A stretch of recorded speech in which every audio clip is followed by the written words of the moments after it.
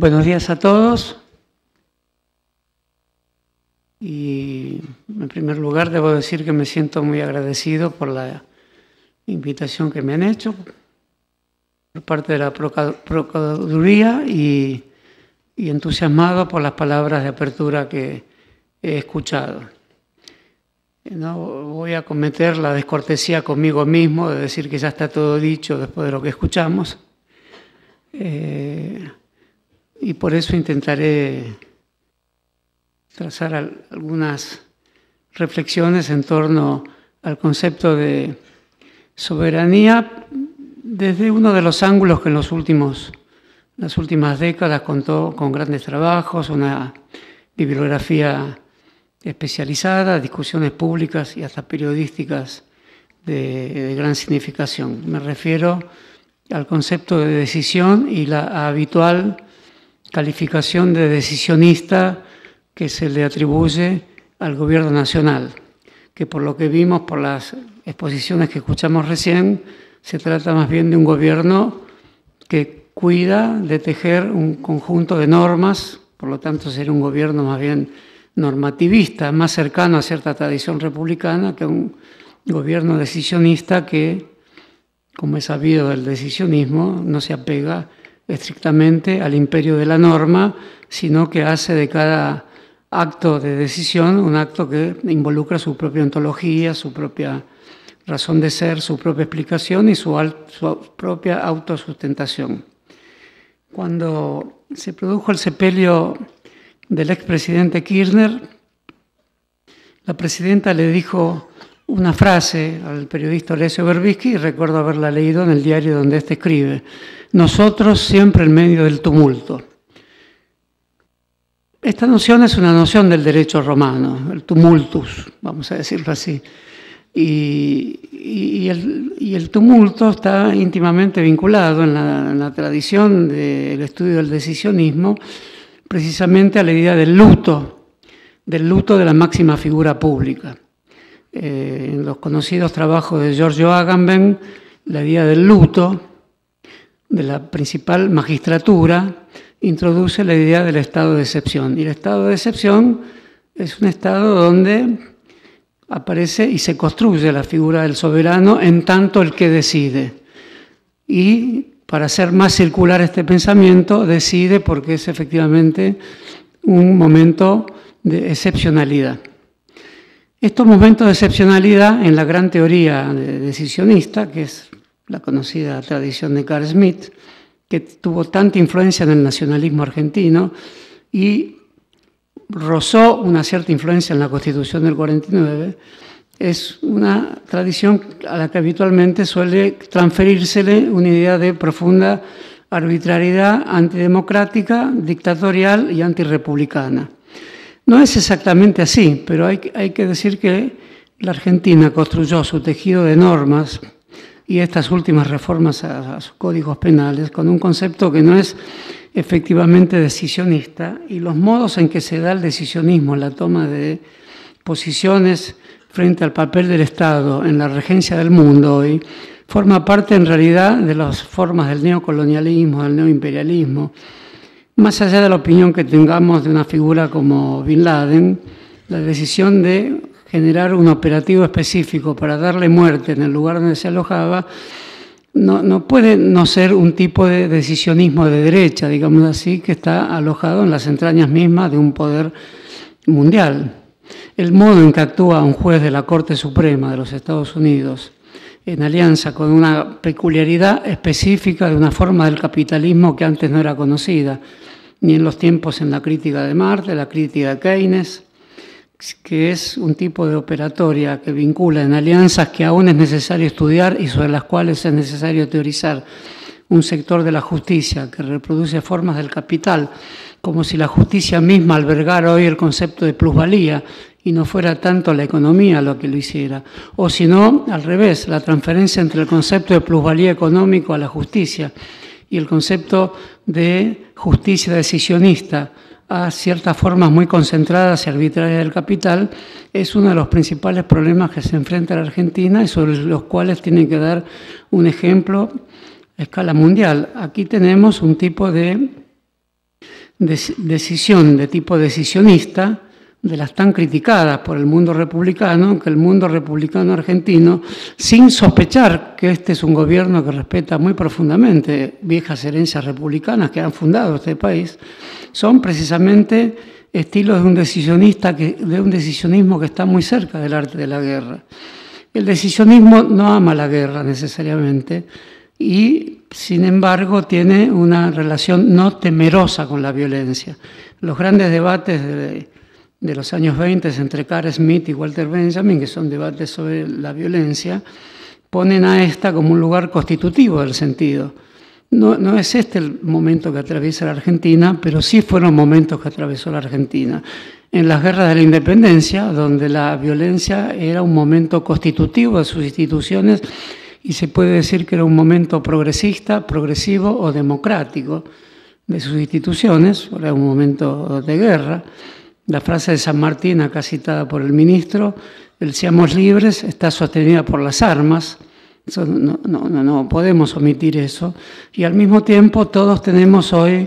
una crítica estricta y no por eso menos dolorosa al modo en que se quiso en los años 70 sostener por las armas, es decir, por la violencia, un conjunto de fórmulas de justicia que se presentaban en gran medida con razón como fruto de una reparación histórica que estaba siendo reclamada por el pueblo argentino, de modo que se trataba de una violencia que no dejaba de estar sostenida en profundos impulsos democráticos y democratizantes albergados por el pueblo argentino. Se precisaba entonces una noción concisa y casi maciza del pueblo argentino, noción que hoy efectivamente no tenemos porque predominan las teorías de la heterogeneidad de lo popular. Esa crítica es una crítica que la Argentina supo hacer a esos modos de violencia sin dejar que se arrastre en esa crítica una noción profunda de derechos humanos, que es una profunda conquista del pueblo argentino y es quizás la que mantiene de una manera más precisa en un tejido de cohesión, de solidaridad y de unidad a la noción de pueblo argentino, que es una noción práctica, convivencial, cotidiana y también teórica sobre la cual hay que meditar. Este debate sobre las formas de la violencia, que ha ocupado a las mentes más preclaras del siglo XX, en la Argentina no se dio de la misma manera, porque se recurrió a veces a fórmulas fáciles, en el sentido que la violencia puede ser el lugar de una creación nueva, el lugar de una fuente de inspiración no solo de lo popular, sino de formas reparatorias más profundas de justicia. Ignoro si esto puede sostenerse de esta manera. El modo en que la teoría política contemporánea dio vuelta a la famosa frase de Clausewitz, de que la política era la continuación de la guerra, toda la teoría contemporánea se enamoró de la inversión de esa teoría, de modo tal que pasaba a ser la política, la continuación de la guerra, y ver un núcleo bélico, un núcleo de belicosidad, un núcleo cuyo estilo predominante para ser pensado podría ser la teoría amigo y enemigo, de la que usualmente es acusado el gobierno. Evidentemente, esa tesis que proliferó en mundos académicos, en gran medida al compás de tesis como la de Foucault, Giorgio Agamben, el propio Benjamin, no dejó de seducir a vastísimos sectores de la vida intelectual argentina que, sin embargo, no hicieron de esa tesis el lugar donde tenían que demostrar que un gobierno como el actual gobierno de la Argentina debía inspirarse en zonas previas de violencia, sino al contrario. El gobierno, que probablemente no ha consultado esta bibliografía, lo cual no hace culpable a nadie, las bibliografías son huellas dormidas en un estante que nos solicitan cuando es necesario que las consultemos, y el gobierno no consideró necesario consultar estas, pero muchas frases que se han dicho, esta del tumulto, por ejemplo, pasaban de lado muy cercanamente a las grandes teorías que vienen del derecho romano. Por eso, en la Argentina esto se transformó en la idea de que la muerte del presidente, con el luto que instituía, lo hacía de una manera tal a despertar un cimbronazo muy fuerte en la sociedad argentina que revelase nuevas vidas militantes y demás, y esa tesis de la revelación de una situación nueva que afectaba a sectores de la juventud y a todos los que están en condiciones de pensar un país bajo la norma política, a inspirarla como una norma dinámica, como una norma donde la soberanía aparezca firme, enhiesta, pero con la suficiente plasticidad como para alojar en ella misma una fuerte tradición humanista crítica que hay que constituir como práctica y como teoría en la Argentina.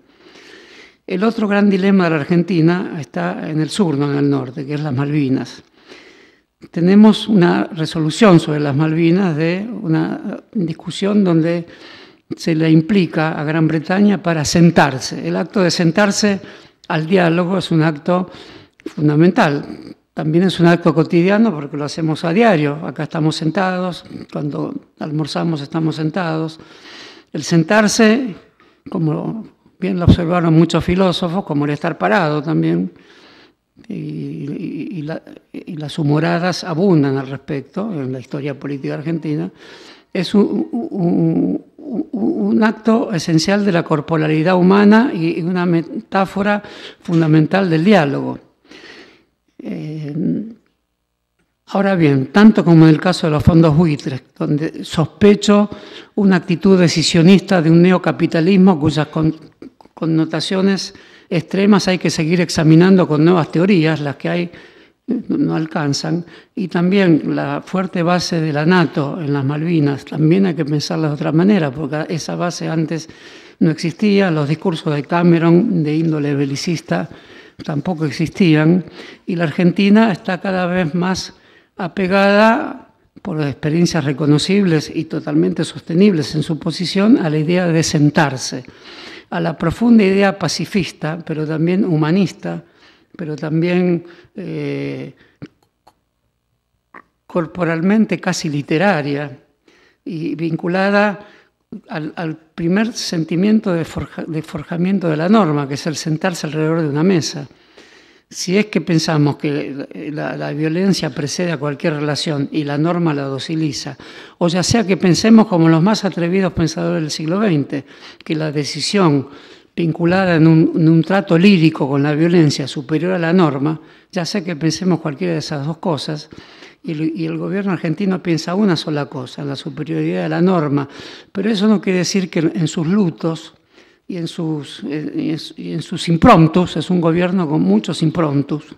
y esos impromptus no siempre son bien pensados o bien reflexionados, no solo por la oposición, que no tendría la obligación de hacerlo, sino por los mismos que los protagonizan.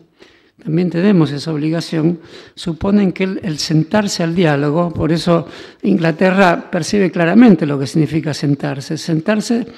es una suerte de acto corporal, metafórico, diplomático y casi decisionista en el sentido humanista pacifista,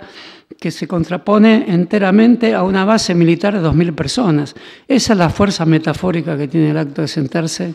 a dialogar. Por eso la Argentina está en un momento excepcional para reformar sus instituciones de derecho, rever todos sus códigos de Vélez Sarsfield en adelante, replantear el modo en que se realizó la Constitución del 49 y todas sus reformas, y vincular la norma a los enormes vasos comunicantes que tiene toda norma con la poesía, la literatura, la economía, que finalmente son todos saberes tributarios, y siento que el modo en que se llevaron las cosas en la Argentina, tumultuosamente, con un tipo de tumulto que recuerda apenas vagamente el decisionismo, porque no es un gobierno decisionista, es un gobierno que tiene aspectos tumultuosos en su profundo respecto a la norma. Definiría así este gobierno. Hay aspectos tumultuosos, se notan a diario, pero esos aspectos tumultuosos se vierten creativamente dentro de la norma, de modo tal que esta no sea una norma fría, una norma abstracta, una norma meramente tribunalicia, digamos, sino que hace de los tribunales lugares de una actividad pensante y crítica. Vivimos un momento, además, donde el modo de enjuiciamiento y el modo tribunalicio y el modo de tomar decisiones en torno a la justicia se produce en muchos lugares, no solo en las instancias judiciales destinadas para ello, sino en las instancias comunicacionales, como bien lo explicó numerosas veces el doctor Zaffaroni, llamando a este movimiento justicia mediática. Como Raúl, si me perdonas, un tema tuyo y seguramente lo explicaré mucho peor, pero viene el caso de lo que quería decir. Efectivamente, también es cierto que hay que reconstituir la justicia a los lugares donde la justicia tiene que predominar. Y para que esto ocurra, para que la justicia esté en ese lugar, no considero que sea una sede de justicia aquella donde se haya sentado el juez Griesa, porque es una sede más bien que imparte justicia comunicacional, que es una justicia parcial, es una justicia sin tribunal, es una justicia sin veredicto, es una justicia sin argumentación y es una justicia sin normas. Es una justicia bárbara, salvaje, incivilizatoria. Y eso lo vemos a diario en los medios de comunicación y en los enormes flujos que suponen también una práctica de ilegalidad que domina en gran medida a gobiernos, a corporaciones, a redes informáticas. La legalidad es productiva y así como es notorio que los grandes textos en los que nos inspiramos, el Capital de Marx, la teoría del dinero de los bancos, de Keynes, de Hobbes, Locke, todos los grandes juristas, Marx de algún modo era un jurista, escribieron sus textos. Aldo escribió sus textos pensando en un Estado en la legalidad. La dábamos por supuesta. Dar por supuesta la legalidad. Creo que es un movimiento interesantísimo de los gobiernos y de los pueblos. Y creo que este es un momento complejísimo de la legalidad, donde la damos por supuesta y donde gran cantidad de actividades públicas y privadas, sobre todo actividades privadas, vinculadas al flujo de dinero, al flujo de partes del cuerpo humano, a actividades de todo tipo, están o bajo sospecha de ilegalidad o directamente se reproducen de un modo tal que la teoría del capitalismo debería incluir una fuerte tesis sobre la ilegalidad y su crítica. La ilegalidad es productiva hoy. Estar en la ilegalidad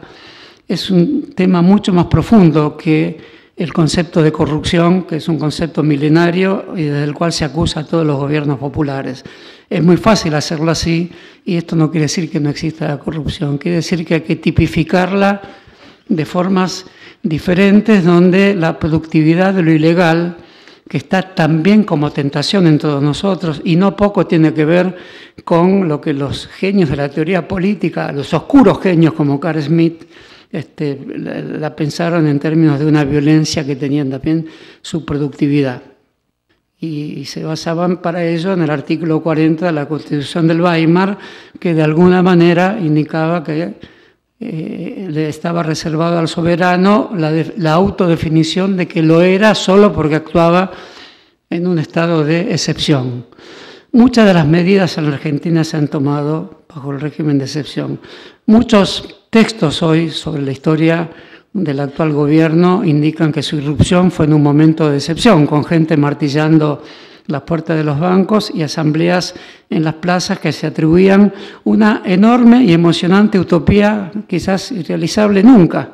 que era gobernar desde las plazas públicas un complejísimo país que tenía Atucha 1 y Atucha 2 como la Argentina, gobernada desde Parque Centenario. No nos riamos de esa utopía. No iba a funcionar, pero podemos decir que en la memoria pública argentina está también esa utopía que el gobierno transformó en algo más productivo. Recuerdo apenas, y ya termino, estos tramos de una discusión que muy rápidamente y muy precariamente he explicado, o más que explicado, he rememorado a los altos, porque todo esto tuvo mucha influencia en la Argentina. Y dije antes el nacionalismo argentino, no solo en el nacionalismo argentino. En los últimos 10 o 15 años, lecturas como la de Agamben, al que cito nuevamente y no por arrogancia citadora, sino que fue muy leído en la universidad, fue tomado por sectores progresistas, por sectores afines a las grandes transformaciones. Fue pensado en términos de si es fácil matar un hombre. Muchas personas han escrito interesantes trabajos hoy sobre lo difícil que es matar un hombre. hay que hacer operaciones muy difíciles para matar. Y sin embargo, lo fácil que parece hacerlo hoy en el mundo por parte de las nuevas configuraciones militares y lo fácil que resultó por el aparato de represión ilegal, por el estado de ilegalidad en que estuvo sumida la Argentina bajo un tipo de legislación no escrita llamado Estado terrorista, como lo calificó en su momento Eduardo Duhalde en su libro que inauguró de algún modo el tratamiento del tema. O sea, qué legalidad ilegal presidía las decisiones secretas del Estado terrorista en la Argentina. En la Argentina hay que hacerse cargo de esas dos tradiciones. Entonces, una fuerte tradición humanística, donde ponemos todas las acciones militares del siglo XIX en torno a la independencia, es una gran tradición humanística, con lados jacobinos, lados republicanos, lados vinculados a la Ilustración, y hay una tradición que inauguró el ejército argentino cuando decidió actuar en la ilegalidad, donde decidió que la ilegalidad era productiva y que era fácil matar a un hombre, que era tan fácil como ocultar después de la muerte y al mismo tiempo no ocultarla, porque era un momento tácito donde el modo en que se decía que se hacía que no se hacía lo que se hacía, el modo de decir que eran entelequias, que esas cosas que efectivamente se hacían bajo la forma de un ser constante de terror de Estado, era la forma misma del terror. Todo eso está suelto, destinado a ser pensado en un nuevo constitucionalismo social, político y teórico en la Argentina, y recuerdo que estas fueron discusiones muy centrales durante la Constitución del 49, y quiero recordarlo en el siguiente sentido. Perón se opone a la presencia de Carl Schmitt en la Argentina, donde había un proyecto por parte de los diputados que eran los lectores de Carl Schmitt en Argentina, eran diputados del nacionalismo argentino. Después Carl Schmitt fue leído por todas las izquierdas mundiales. Estos dos diputados eran Díaz de Vivar y alguien que todos nosotros recordamos con un distante pero no menos fervoroso cariño, como era John William Cook. Perón, en un momento extraño, sabía quién era Carl Schmitt y se niega a invitarlo porque presume que el destino que tenía la Constitución del 49 no iba a ser el decisionismo, sino un lugar que preservara un fuerte lugar de decisión, era su lugar, y aún la Argentina debate ese lugar, el lugar del jefe, el lugar del que genera ciertos principios, el lugar donde hay cierta idea de un principismo autogenerado. Es algo que la Argentina se confronta incluso hoy, en su momento constitucional más preciso, que es el cambio de gobierno, se enfrenta con el lugar que ocuparía la presidenta hoy, mañana, en el futuro. Es un dilema crítico y teórico-político de gran significación, pero Perón, sabiendo el compromiso lateral que tuvo Carl Schmitt con el régimen alemán de la guerra, el nazismo, se niega la presencia de Carl Schmitt en la Argentina. La historia posterior todas la sabemos. Díaz de Vivar persiguió su biografía política y la siguió construyendo como jurista dentro del nacionalismo, y la evolución de John William Cook, que todos conocemos también, habla a las claras de la complejidad de nuestra vida política, de la enorme ramificación que tienen las ideas en la Argentina, que están entre la norma y la decisión, y siempre triunfa la gran norma, porque de alguna manera Derrida dijo, la decisión es un momento de locura. Yo no lo creo así, pero la decisión es un momento de excepcionalidad, y no es nada difícil concluir que para sostener normas más vivas, normas efectivamente democráticas y que profundicen la vida republicana y no la dejen con un mero normativismo, los momentos de excepción los tenemos que cultivar también con la suficiente capacidad de extraer de ellos la expresión que los torne formas más dinámicas de la legalidad. Bueno, muchas gracias.